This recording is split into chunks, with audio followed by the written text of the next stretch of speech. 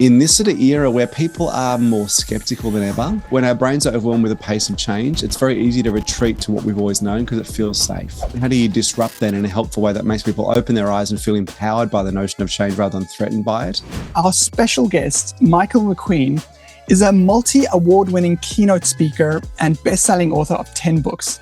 He's worked with leaders and organizations all over the world to navigate change. So I guess looking at what's happening in our brains is really a good place to start. We only use our inquiry mind for 5 to 10% of our decision making. We're spending, let's say, 95% of our time trying to speak to that part of people's brains. But we're speaking to the wrong mind. That's not where the handbrake is on. And when it comes to trying to get someone to change their mind, one of the most important provisos is they feel safe to change their mind without feeling like an idiot, without feeling like they've got to defend themselves. And I think one of the key things for us to all keep front of mind, our brains would rather feel right than be right. Can you walk us through those 3 frameworks that you use to be able to break through to get to changing somebody's mind? Welcome everyone to the ANZ Learning Club. Before I introduce our special guest today, I'd like to share a quick story. So a few years ago, when I was just starting my lean journey, and I was implementing the morning meeting and starting the rotation of the meeting, I had a group of people that just didn't want to do it. They don't want to get in front of people and they felt uncomfortable. And most of those people I was able to coerce and persuade into leading the meeting, and it ended up being fine. But there was this one person that no matter what I said or what I did, they just wouldn't budge. And so I wish back then I had this book, Mindstuck, because it helps with understanding the mindset of why people get stuck and how to overcome that. And that's why I'm so excited for today. Our special guest, Michael McQueen, is a multi-award-winning keynote speaker and best-selling author of 10 books. He's worked with leaders and organizations all over the world to navigate change, embrace new ideas, and shift even the most stubborn thinking. Michael, welcome. Thank you, Eddie. It's great to spend some time. Michael, I know Mindstuck is packed with tools and ideas, but today I really want to focus on and deep dive into those 3 concepts that you talk about, the 2 mindsets, the 3 drivers of certainty, and the Ethos, Pathos, and Logos framework. Yeah, cool. Well, I guess it's always good to start with these things, I guess, for the backstory. Like, how did this all come to be as a book? Because that really informs the content that I landed on for the book. So I've been in the space of essentially researching where the world's heading, like what are the trends that businesses need to keep abreast of and get ready for. I mean, AI has been on my radar for 14 years, working with clients who have been grappling with AI long before ChatGPT and all the things that have come along that we talk about now. I mean, this obviously AI is 72 years old as a term, so it's nothing new there. So I've been in that sort of futurist space for a lot of years. But I was speaking at a conference in Sydney here, and it was at a big industry association conference. I can't remember the industry association, probably had an acronym. They've all got acronyms, the name of this association. But so I was speaking all about the future of this industry, the disruptions coming for them. And I remember we're doing a book signing after my keynote, so going to the lunch break. And there's this woman who came up, and she sort of hung around at the back of the book signing queue and sort of waited till everyone sort of took off. And then I could just wait. I could tell she was up for a chat. But I could also tell by her physicality, she was just frustrated. Like, she was her whole physicality, her countenance was just annoyed and frustrated. And I thought, maybe this will be one of those conversations where she's about to have a go at me, which is fine. I'm always up for it. But that wasn't it at all. When she stepped forward and started chatting, she said, I am so with you. She said, I can see, like, in my business, all the stuff you've talked about, if we don't change, we've probably got, and her estimate was 5 or 6 years before we're out of business. We'll be a Kodak type thing. She said, we've got to change. She said, I cannot for the life of me get my leadership team to wake up and realize that we need to change. And so she said, have you got any ideas of what I could do? And I remember at the time thinking, so I just gave her the standard things that you sort of meant to do in making the case for change. But I sort of put it back on her and said, well, what have you tried? And she told me the things she'd done. She'd done the burning platform thing. She said, if we don't change, we'll go out of business. She'd made the positive case. She sort of tried to appeal to, motivational stuff as much as possible. She'd done all the things essentially we've been told for decades to do, but it hadn't worked. And so I thought, this is interesting. I mean, how common a story is this? Yeah. And so that was the I guess the seed of an idea to really do a deep dive into what actually does work in this sort of era where people are more skeptical than ever, more overwhelmed, I think is probably the word. There's this sense that when our brains are overwhelmed with the pace of change, it's very easy to retreat to what we've always known because it feels safe.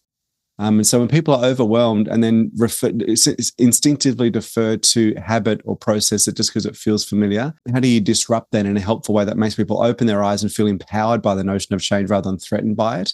So that was a 9-year journey to write this book after that conversation. And so it really was, as you say, a lot of it was about trying to understand what's going on inside people's minds when they get resistant. Because often where we start is with the solution. How do we arm people with the right words to use, the right questions to ask? And that's all great. But it's almost like, putting your foot down on the pedal in the car and you get it into gear, but the handbrake's on. If the handbrake's on, doesn't matter how hard you press the pedal, all you're going to do is wear out the engine or skid the tires. Like, you're just not going to get anywhere. And I guess that's the challenge for most of us is we push harder. We give even more cleverly constructed arguments. We use all the right words. But if you don't understand what the point of resistance is, what I guess kind of call as the psychology of stubbornness, it's going to be a very frustrating experience. So that is where I kicked off initially with the research. And especially as you mentioned, those two minds, trying to understand what's actually happening in our brains when we get resistant. And it's such a great analogy, that handbrake, because we instantly go straight for the logic and think, yes, it would make sense. But you've already gone through that process of taking that handbrake down and understanding where we're going. Yeah, the idea is to figure out, well, where does stubbornness live? Like, where are we when we feel like we're pushing out, pushing back or resisting change? What part of our brain, and even not just our brain, but our body? I mean, the gut-brain connection is a really interesting, relatively new area of research. But like that sense of feeling something instinctively and intuitively can be such a strong driver of resistance to change. And everyone knows that feeling of like, I don't want to listen to what you're saying. I'm not up for it. You almost feel like this. You're ready for battle.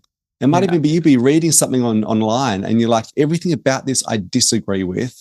But you can't even logically articulate why. It's something you feel in your gut. It's an instinctive response. So therefore, just using logic doesn't work. And so I guess looking at what's happening in our brains is really a good place to start. And so where does stubbornness live? So when you mentioned the two minds, and it's funny, we use that as a turn of phrase, this idea of I'm of two minds, or I'm in two minds about a decision I've got to make. And we use that as a term to describe indecisiveness. But actually, there's something very profoundly true about that we are in two minds. And obviously Danny Kahneman's work in Thinking Fast and Slow, he talked about system 1, system 2. And there's a whole broad area of research, not just in behavioral economics, but even more broadly looking at these sort of two essentially operating systems in our brain. And so I wanted to pick up on a bunch of that research and bring it together in something that's really actionable for people who are not academics. And if you've read Thinking Fast and Slow, it's a great book, but it's heavy. And so the reality is a lot of people just won't get to it. And so I wanted to make it very accessible. So if you look at the two minds, the way I describe these two minds or two systems or two operating systems is the instinctive mind and the inquiring mind. So if you think about the inquiring mind, firstly, where does it live? So the inquiring mind lives at the front of our brain. So the prefrontal cortex, it's a part of our brain that evolutionary biologists will talk about this being the most recent part of our brain to develop. I mean, that's one way to look at it. But if you just think about the way our brain functions, even if you strip away the development side of it, the frontal lobe is actually, it loves logic. It loves data. It's very linear. It's quite slow. And therefore it's quite effortful to use. And so therefore the reality is we don't use the front of our brains to make decisions, that logical linear part of our brains, anywhere near as much as we think we would. So Zoe Chance, who's a professor at Yale in the psychology department, she would say we only use our inquiring mind for 5 to 10% of our decision making. The challenge is, I would suggest most of us, when I'm working with leaders, we're spending, let's say, 95% of our time trying to speak to that part of people's brains. We're giving them the logic, we're giving them the evidence, we're piling on the data, we've given the Venn diagram, we've made this impeccable case for change, but we're speaking to the wrong mind. That's not where the handbrake is on. That's not where stubbornness resides. And if you're dealing with teenagers, I mean, most parents, talk about dealing with stubborn teenagers. I mean, from a brain development perspective, the last part of our brain to develop is that part of our brain. So you're dealing with a 16-year-old and that part of their brain hasn't even properly developed yet. So again, you're trying to give logical arguments and, perspectives and data to try and inform your teenagers, and you're wondering why it's like falling on deaf ears. So that's the inquiring mind, the front part of our brain. Where stubbornness lives is the instinctive mind. And that's near the top of the brainstem, a group of brain systems called typically the limbic system, which is an interesting term because it's sort of quite a vague term depending on how you describe what is and what isn't part of the limbic system. But put simply, the limbic system is where we process things like emotion. It's where our fight and flight reflexes tend to live. It's that reactive part. It's very quick, very, very reactive, very responsive. And even though we often talk about that part of our brain because it's reactive as being sort of substandard or not as smart as our inquiry mind, the reality is this part of our brain's kept us alive as a species for millennia, because when a threat emerges, like any number of things that are going to jump out and kill you in Australia, I mean, that's just the way we roll. Like when something emerges, it's a physical threat. It's our instinctive mind that jumps to action. So it's fight or flight, sometimes freeze, sometimes fawn, but typically fight and flight are the two most common responses, and that keeps us safe. If in that moment you're like, a threat has emerged, let me consider my options here. You know, like if your inquiring mind's in the driver's seat, you're eaten or you're bitten or you're done at that moment. So instinctive mind keeps us alive. The tricky thing is this.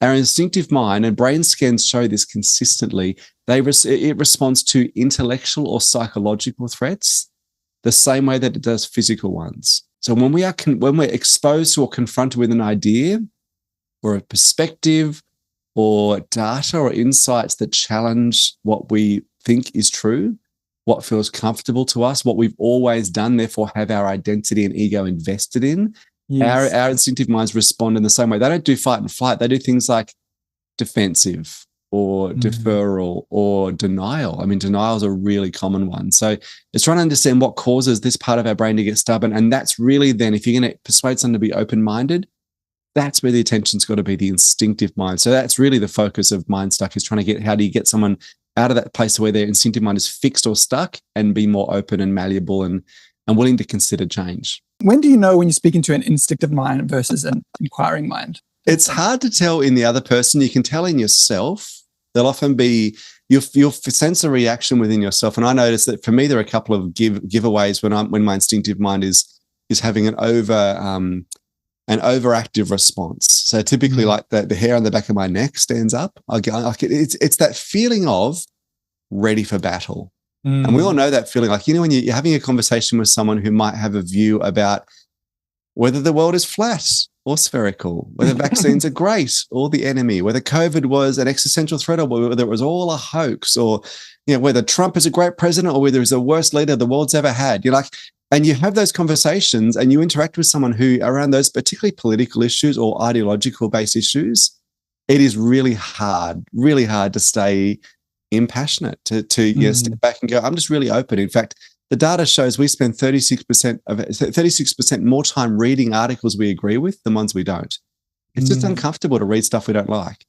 And so we can sense in ourselves when that's happening. Typically, there are giveaways in other people as well. I mean, even things like down to flushed cheeks, breathlessness, palms sweating. In fact, there's a whole bunch of brain scans that will look at limbic responses, what they call an amygdala hijack. So the amygdala is one of the parts of the limbic system that is, you know, really most active in many ways in terms of that fight and flight reaction. And you can actually measure things like pulse rate, perspiration rate, body temperature, these things all, like, because your body's getting ready for battle. It is going to fight or flight. So you can get some giveaways in other people. I think often the simplest giveaway when someone is just being really unreasonable. And when someone's being unreasonable, often we assume that there's a knowledge gap or an education gap. Like if they could just understand, if they could just see better information or more up-to-date data, if we could just plug the information gap, surely they'd see the light and change their mind. And so the reality, of course, is when they're in that amygdala response, that limbic reaction, it's not information they need. Often what they need more than anything else is safety. Our instinctive minds want to feel safe. That's the primary thing. And when it comes to trying to get someone to change their mind, one of the most important provisos is they feel safe to change their mind without feeling like an idiot, without feeling like they've got to defend themselves. And I think one of the key things for us to all keep front of mind, which is two things I'd love to keep people to keep front of mind, and I try and remind myself to keep front of mind, is everything someone thinks makes perfect sense to them. That'd be the first thing. Like you might be dealing with someone and you think, gosh, that is the most irrational, illogical, ludicrous belief to have, idea to hold, opinion to cling to. But to them, it makes sense, because if it didn't, they wouldn't think it. And so if we start there first and go, even though I don't understand it, for them, this makes sense. There's part of you that can then try and, how do I get into their shoes and understand the world from their perspective? The truth is sometimes you just can't. And there are times where you're dealing with people and their worldview is so warped by their perhaps dysfunctional background, as stuff they grew up with as a child, or conclusions they draw that are a reflection of their like brokenness or deficiencies, things they were never told. So you can never get into that spot because you don't have their experience, you haven't walked their path.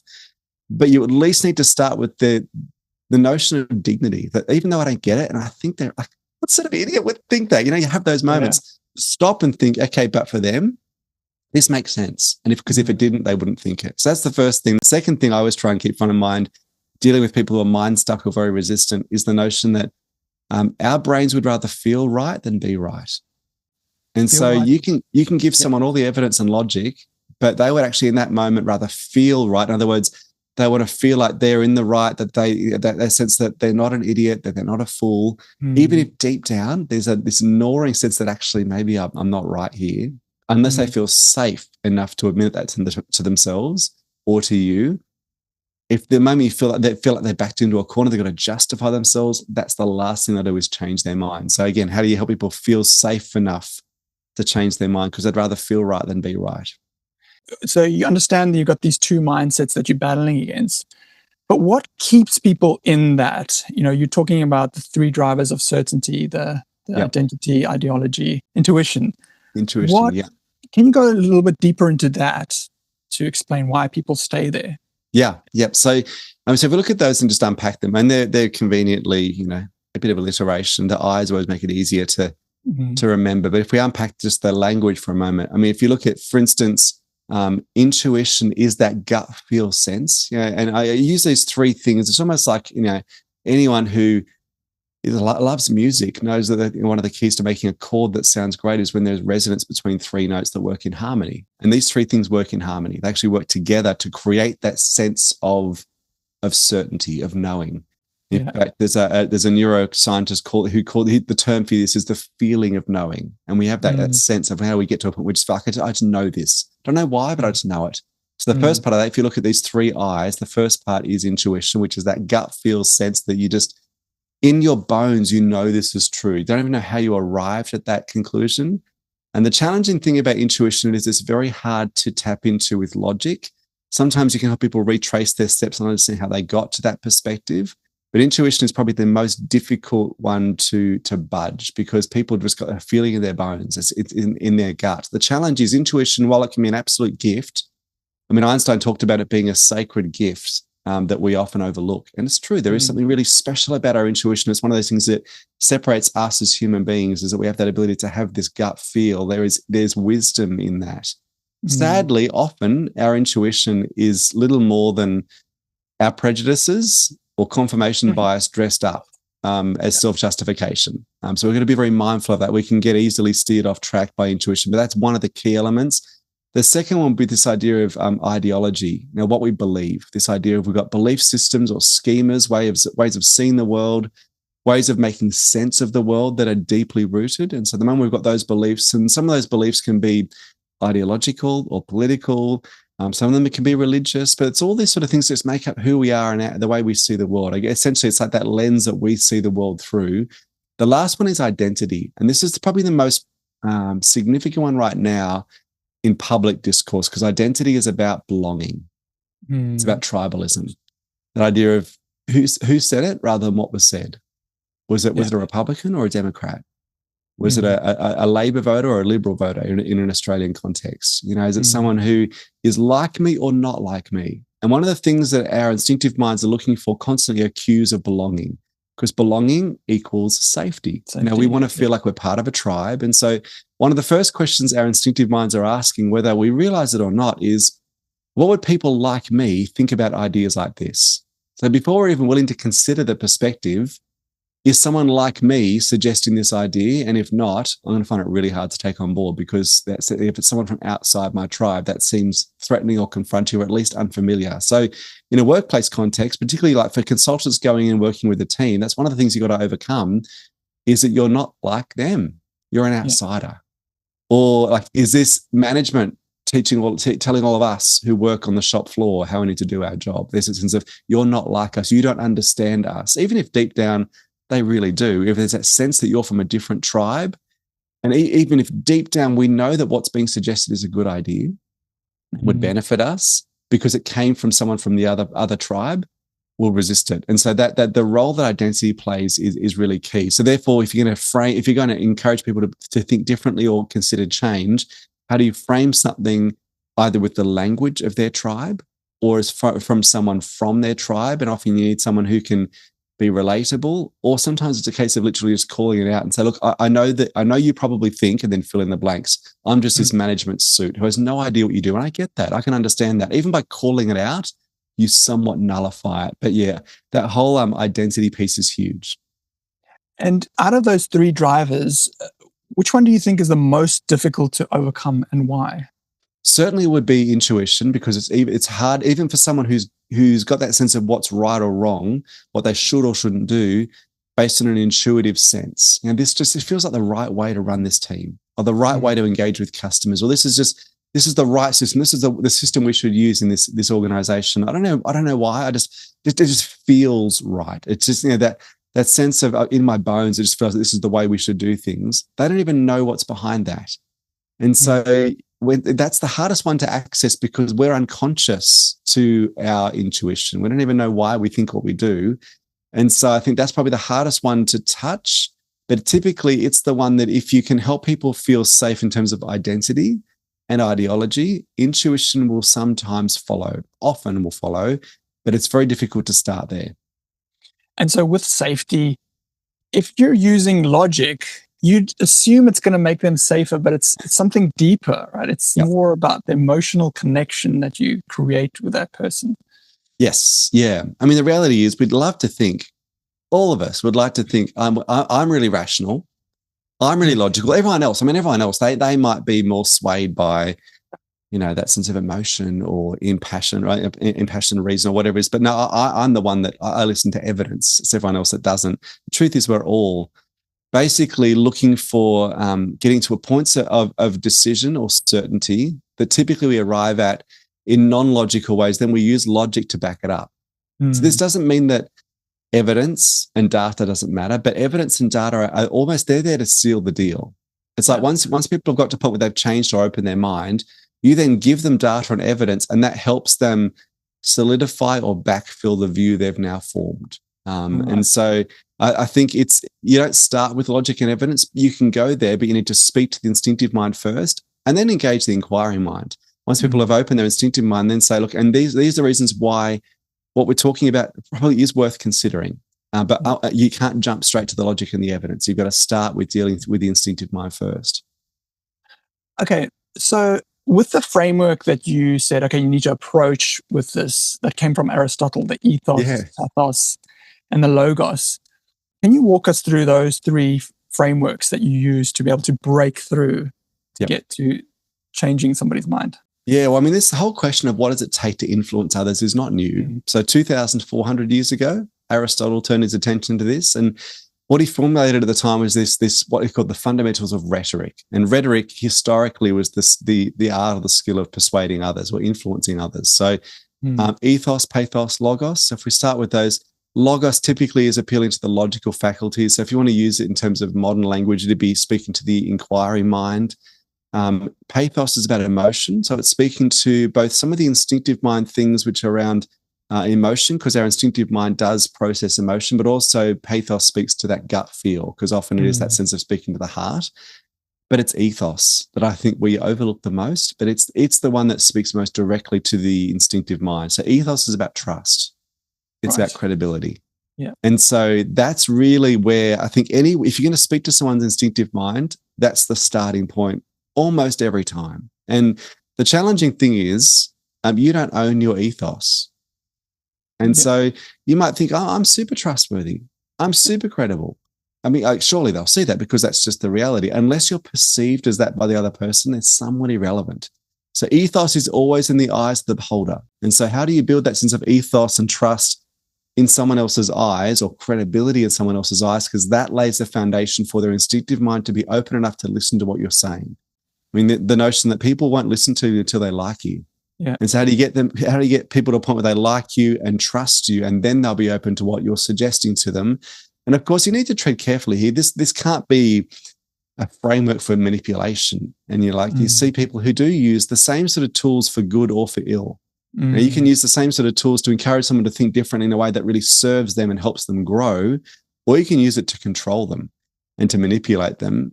Typically, there's a different fragrance to each of those applications of these tools, but also there's a different intent. And so that the latter is when you're using these tools to control others, typically the person who's going to benefit most from them changing is you as the person trying to persuade them. Whereas ideally, it's a win-win. It's like, okay, if you change your mind, I mean, I will benefit from this, maybe as a coworker or as a parent or as a spouse or a partner, but also you will. Like I genuinely have your best interest in mind. And as generously as I can see you in the situation, I think you're going to benefit from this. Otherwise, I wouldn't suggest it. So it's got to be, it needs to be persuasion, not manipulation, but truly starting with ethos and getting people to a point where they know, like, and trust you. That's the foundation you got to begin with. But how do you start with that when you know you don't actually control that because your credibility is about other people's perceptions? Yeah. So probably the researcher who's done the best work about this, 20 or 30 years he's been doing this research, is a researcher over in the US based at Claremont Graduate School named Paul Zak.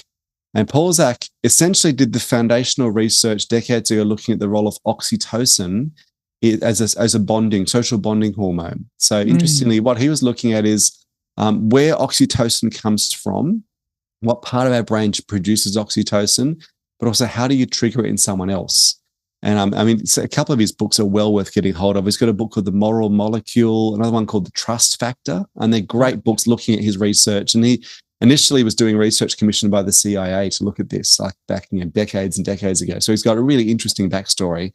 But what he would say is that there are a couple of key elements to building that sense of trust and commonality to see oxytocin release, because that typically is where ethos is built. And so even if people have not heard of oxytocin before, they've heard of it, but don't really know what it is. It's just one of those like brain hormones that smart people talk about. If you look at what oxytocin is, it's something we all know what it feels like, I guess, even if you don't know what the word means. So like, it's that feeling you have when you walk away from a conversation with someone, you're like, I don't know, I just really clicked with that person. I really gelled with them. I don't know why, but I just did. Or like, by the same token, you walk away from those conversations with someone, you're like, they said all the right things, but I just didn't warm to them at all. Like I just didn't click. There was something felt a bit off. That's a lack of oxytocin release. And so it happens so unconsciously. So if you're trying to get someone to warm to you, how do you trigger that oxytocin release in the other person so there is that click, that connection? A couple of things: the importance of authenticity, vulnerability, letting your guard down. Self-deprecation beats self-promotion any day of the week. The difference this makes. I remember my first job, I was in a marketing role for a tech company here in Sydney when I first moved to Sydney after uni, and like the head of sales at this company. So he trained me basically as a salesperson, first job. So I'm like, I don't really know a lot. I'd learned what I'd learned at uni, but I was on the job learning from the head of sales. And I mean, our clients were real estate agents real estate agents, big, lots of ego, very alpha sort of personalities. And he said, okay, the key is you got to go and you can never show a hint of doubt. You've got to have absolute certainty. Certainty equals credibility was essentially his advice. So when you go in and you talk, so we were selling software that was all about, listings and improving, shortening the time from listing to sale, lots of mapping data to sort of enhance marketing campaigns. So it was pretty cutting edge stuff at the time. But I went in and like these agents who were really good at what they did, had been doing it for years without this technology, were obviously a bit resistant. And so I went in trying to replicate what I've been told to do, which is be confident and firm and no doubts. This is going to change you, what you do. And of course, all I encountered was resistance at every point. This young 22-year-old punk coming to tell me how to do what they do better. And I'd been doing it for 6 minutes. And so my instinct was actually not to do that. But for the first few months, I thought, I won't go with what feels right because I've been trained. I've got to have absolute certainty. What felt right to me was to go in and say, look, I'm actually pretty new here. I'm new to the industry. This is what we're developing. It might be right for you. It might not be. I'll be curious to see what your sense is.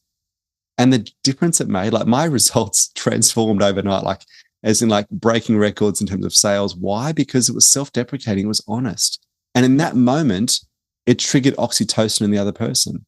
It's like, oh, cool, this guy's being upfront. He's being vulnerable. He's being authentic. He's being self-deprecating. How do we meet together here? Like, and it just changed the entire dynamic of the conversation. And so for any of us, the same principle applies. If you want to build that sense of oxytocin release or affinity in the other person, my advice often is don't upsell your ideas or your perspective or your advice or your suggestion. Don't upsell it, unsell it. Like literally preface it with things like, I might be way off here, or this may not be right. This may not work for you. I don't know. Like this is just my hunch. And then just share it with them, but with that open posture of like, this is just my view. I don't know. I'll be curious to see what you think. What's interesting is it's almost like when you're talking with someone and if you walk towards them, their instinct is to step backwards, like you've crowded their space. And yet if you're in conversation with someone and you slowly just sort of move backwards, their instinct is to actually move toward you. And it's a little bit the same. Posture physically replicates posture emotionally and conversationally. And by unselling an idea, being honest, self-deprecating, it actually opens the other person up to thinking, well, maybe there's something that here worth considering.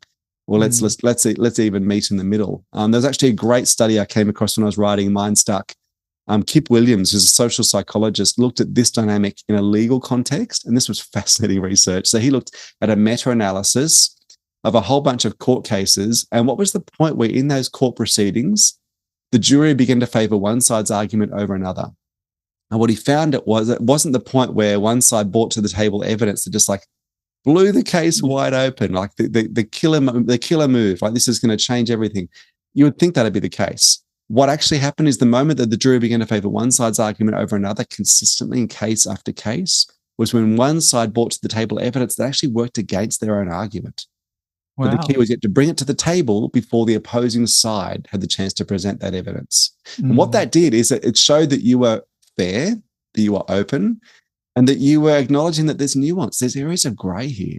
It's not just black and white, because the challenge, of course, if you're presenting an idea, or in that case, a legal case, and a legal argument, and all you're sharing is evidence that backs up your side, that makes your point, what's the other person doing? Instinctively, they're sitting there going, what are you not telling me? What's the other side of this argument? And by you being upfront to say, okay, here's the pros and the cons. Right? The reality is, there are shades of gray. It's not all one way or the other. You almost neutralize that reflex of reactivity, of like pushing back, and allow people, again, for those instinctive minds to feel safe enough to go, okay, this person's being honest. I'm willing to listen. And so these are all just little ways to build that sense of trust and credibility and open-mindedness. It's interesting, as you were talking, in our community, we have a quote that we use a lot, but I think a lot of people miss it. It's pull, not push. It's where you push information on instead of pulling people when you want them to come and look for the information and come on board to what we're bringing, what new things we're bringing. So it really hits hard there of how to pull, not push, focus on that. Then the other thing that really struck me is, the oxytocin. When we clap, so when we, in this community, a lot of the people will, we meet in the morning, and the meeting time is to develop our people and to bring problems to the surface and communicate on that. And what I find is, as I'm coaching these people doing the morning meetings, they're not applauding. And when you applaud or clap, it actually releases that oxytocin in other people. You're raising them up. And so that develops a trust again. And then the other thing that I think I mentioned to you this a while ago is that a section in your book, you talk about affinity and how mirroring people. So when we're doing stretches with other people, we'll stretch and people will mirror what you're doing. And again, that's releasing oxytocin and again, creating that bond of trust and affinity, right? So it's breaking down those barriers so they can actually get through to them. And it's interesting, and it isn't rocket science, isn't it? But it sometimes takes a bit of creativity to think about how do we get in sync. Like so the brain science around this shows, and to your point, I was actually catching up with Paul Zach a little while back over in the States, and he's got all this great research around the importance of synchronicity in building oxytocin release. So some of that's as simple as mirroring body language. So if you're sitting down with someone, if they cross their legs, you can cross your legs. And if they scratch their ear, you scratch your ear, which I've always just felt a little bit icky about. Like it just feels a bit contrived, a bit manipulative. I don't know. It just hasn't really sat well with me. My instinctive mind, my intuitive sense is like, just doesn't feel right to me. Anyway, so maybe that's just my personality. Probably it is. So I was catching up with him and I said, so what are some non-awkward ways to build affinity and that oxytocin release without mirroring someone's body language? Yeah. And Paul said, there's a couple of things. You can sing, you can clap together. So clapping in unison, not just clapping, applauding, but clapping in unison will release it because you're getting in sync, which is why people that are part of choirs or religious communities where they sing in unison and they clap together, marching bands, the military, there's a reason why these drill movements create a sense of cohesion, because literally, if you look at what's happening in our brains, being in sync creates oxytocin release. We feel bonded to, connected to those around us if we're in sync with them. So I'm like, that's all very well and good. But the truth is, if you're sitting down with someone and they're resistant or stubborn, and you go, look, before we have the conversation, can we just spend just 20 seconds just clapping together? I mean, you can't, that doesn't work. So I'm like, what are some non-awkward ways to build that sense of synchronicity? And what he said was so simple, but so brilliant. So applicable, I think, in most contexts. He said, if there's someone you're dealing with and there's resistance, don't have that conversation sitting opposite each other at a cafe or the board table or the lunchroom table in the office. Get outside, go for a walk side by side. So, because what happens when you're walking side by side with someone, eventually you start to match their cadence, you get in step. And when that happens, the same sense of commonality, of synchronicity is triggered that causes oxytocin release than you would have if you were clapping or singing together. So walking side by side. So don't sit down and have that awkward conversation that could be one where there's resistance or stubbornness. Get out, go for a walk side by side. The difference they can make is huge. Wow, that's an interesting concept, and kind of it makes me understand why I have such a strong relationship with my wife, because every morning we go out for a walk. You do, yes, yep. Okay, I'm just going to pause the conversation there because I know what you're thinking. Oh my goodness, this is so much information. Where do I start? How do I apply this to my situation? Don't worry, Edwin's got your back. I've made a cheat sheet and it's free. And all you need to do is just click the link below. Don't stop, just do it. What are you waiting for? All right, let's go back to the conversation. Okay, so moving forward from this, we understand, okay, these concepts, there's two minds, there's the three drivers of certainty. Can we do a quick role play, maybe myself and you, and we'll go through, like, I'm this person that doesn't want to do this morning meeting, doesn't want to stand in front of the meeting. You're the leader that is trying to help me understand, no, this is good for you. And that, how do we want to do a quick role play of that? Yeah, and sure. We can see, because like we can basically say we've done the meeting, and then you're taking me aside and you're having that, maybe we're walking together and we're having that conversation, and then we'll stop and then we'll break. We'll go back and we'll have a look at, break down what it was. What techniques did you use? And cool. So just so I'm clear, so there's someone, you've had a morning meeting, someone who doesn't want to get up and share, and you're trying to get them to encourage them to get up and share at the morning meeting. Is that right? Exactly. Yes. Okay, perfect. Yep. Okay. So when you're ready, you can go and ask me questions. All right, cool. So I noticed, like, you had the chance to get up and share this morning. And like, for a lot of people, that's pretty uncomfortable and confronting. I know that you didn't seem especially keen to do that. Did I? Like, is that a fair assessment? Did I read that right? Yeah, look, I don't think what I want to say is worth saying. Yeah, right. I'm curious about that, because like every conversation you and I have had, I always walk away with something like that's interesting. Like, I feel like your perspective is unique in the team. Do you get that sense when you speak to other people that maybe you've got a perspective that is unique? Because that's certainly my read. Well, maybe, but like, I don't know. Maybe it's just because I don't want to, take the time up from other people. I just don't want to feel like getting up. It doesn't feel right. Actually, I always find the people you want to speak are the ones who don't want the microphone. That's actually, to me, a good sign when someone they're not wanting the microphone because they want to take up the airspace or the airtime. That, to me, is actually that's the sort of trait that I'm looking for in someone, to actually be a person that shares at the meetings. And the reason why it's valuable for you to share, even if like it's not something that you feel like you really want to do, or even you've got a lot to share, there's something about building culture, because there are a lot of other people in that group and they won't show this because people often don't. They're quite nervous to get up in front of a group to speak. I mean, of course, like public speaking is such a massive fear.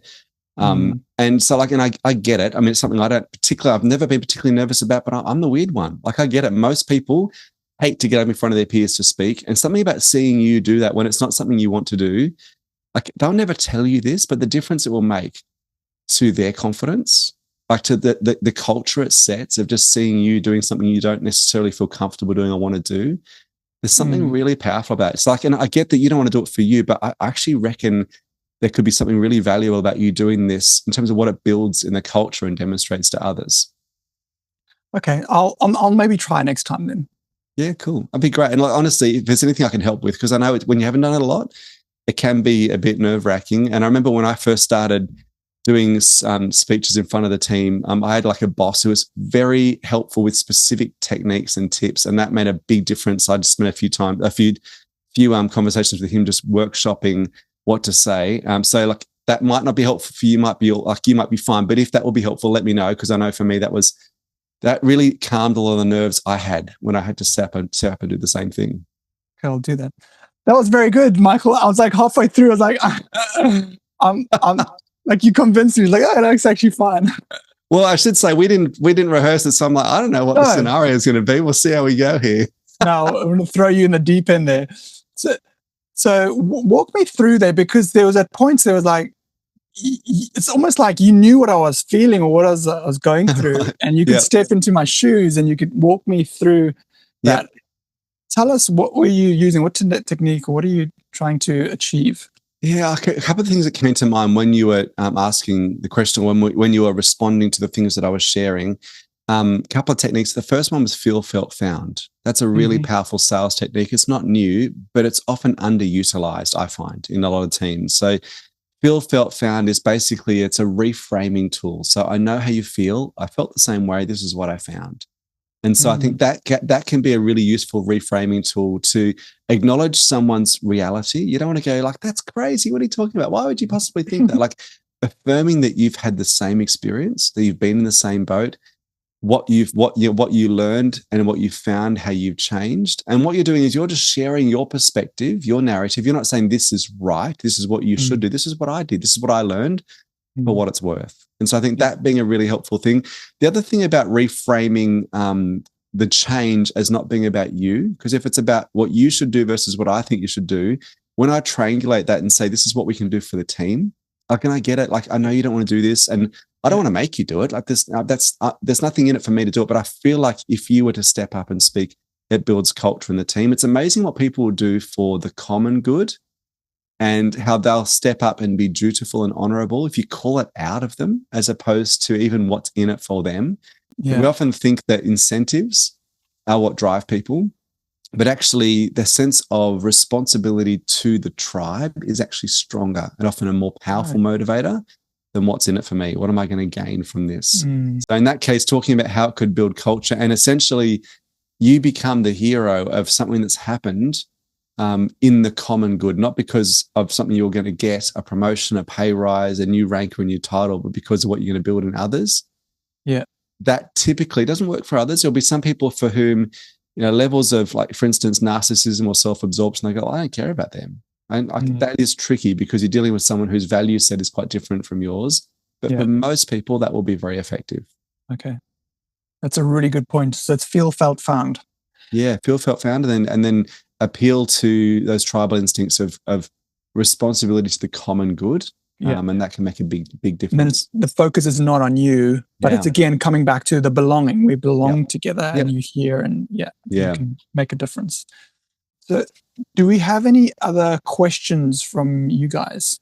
Oh, thanks, Michael. It was really excellent listening in. Yeah, I think often when I'm trying to sell lean or continuous improvement to people, I think people will be resistant because they think the tools won't really apply for them so much.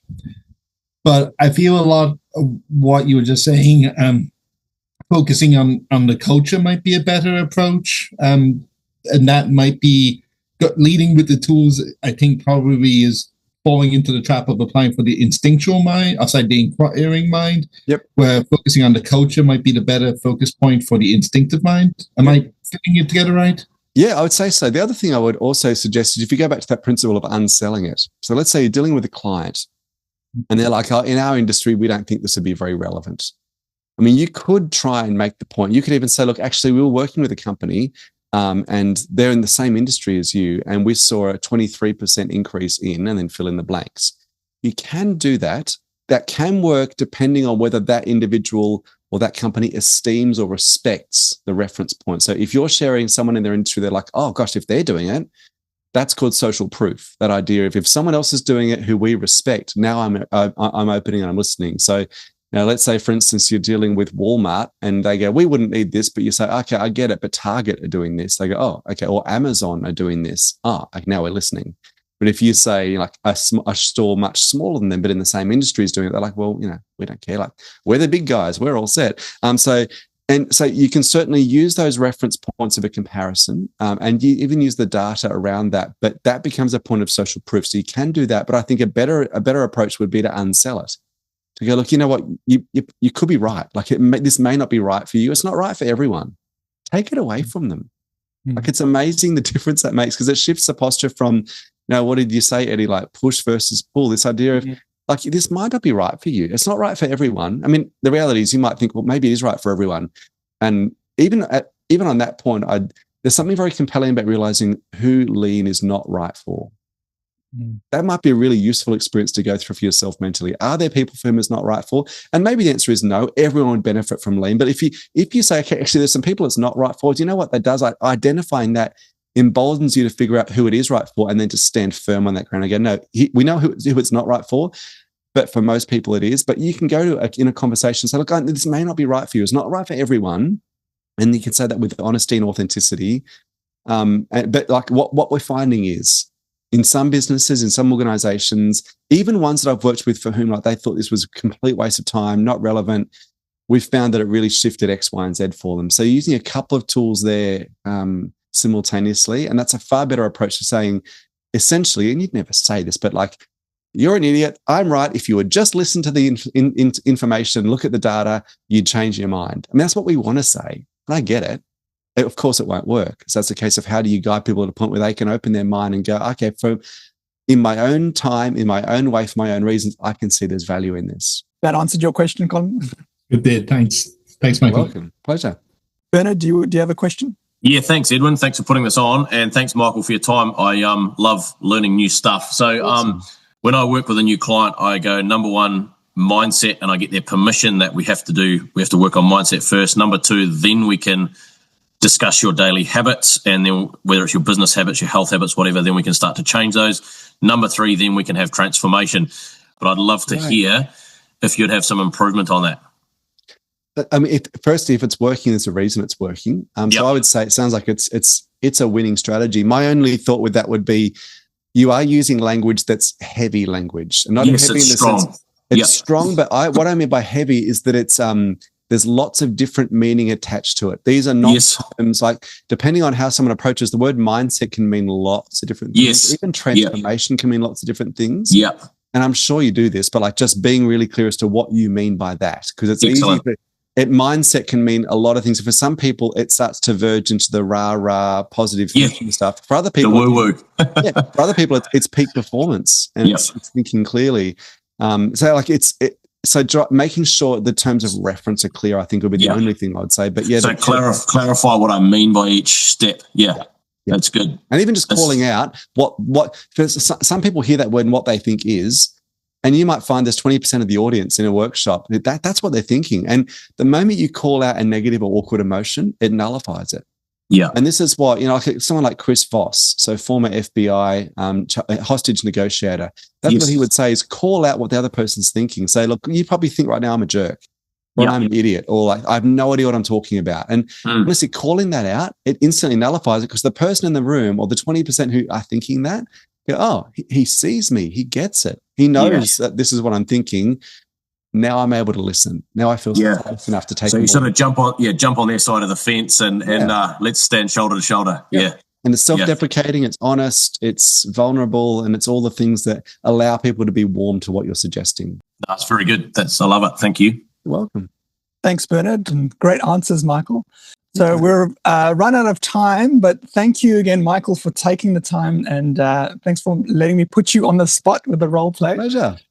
There is still, for anybody who hasn't read this, there's so many more things and toolkits here that we haven't touched on. So get yourself a hold of the book. And Michael, where's the best place for people to connect with you? The best place, the two spots would be my website, so michaelmcqueen.net. There's a whole bunch of stuff on there, especially video posts, blog posts, lots of content on there that's useful. There's also my LinkedIn page is probably where I'm most active. So if you find me on LinkedIn, I'm posting stuff there 2 or 3 times a day, content, ideas, insights. So yeah, those would be the two best spots to go to. Thanks again. And then I'll see everybody else on the Learning Club in the next time. That's good. See you guys. Cheers.